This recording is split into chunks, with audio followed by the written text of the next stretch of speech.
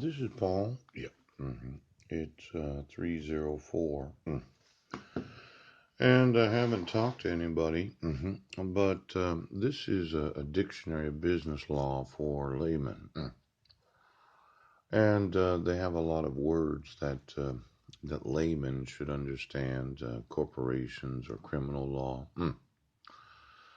Employer, employee, guarantee, innkeepers and insurance. Yes.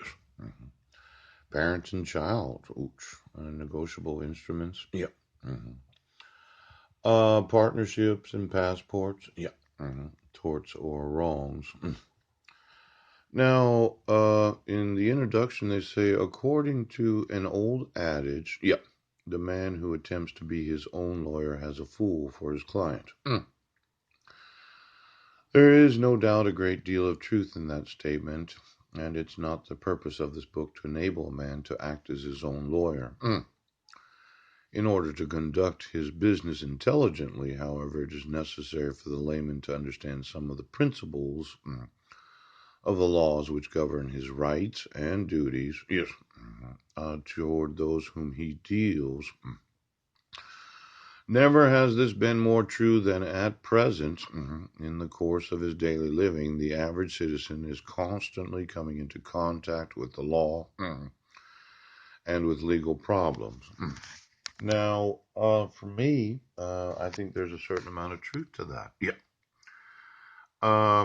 I seem to be coming into contact with the law and with legal problems.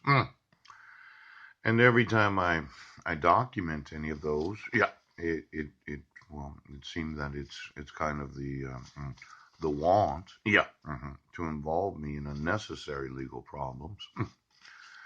Now, I'll give you an example. Right. The city of Port Angeles, yes, decided they were going to discontinue the utilities where I was living at. And it was a snowstorm on January 13th of 2020. And for me, I had been talking to the individuals that were supposedly going to probate the estate. Yeah. That was the understanding I had. Yes. Later, I came to find out that they never had any intention of probating the estate because they said it was insolvent. Now, that component of Washington State was very helpful yesterday. I put some pictures on the drives. Yeah.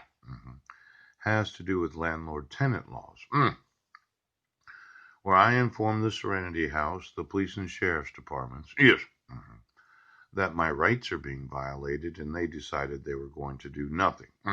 They were just going to let them turn the electricity off. Yeah. And then I was freezing all winter. Right. And then this summer, of course, I'm going to be very, very hot.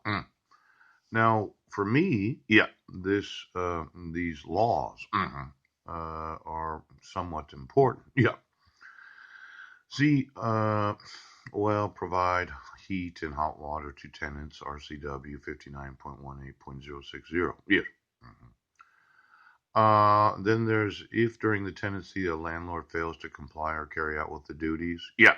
RCW 59.18.060. There's some remedies available to me. Yeah.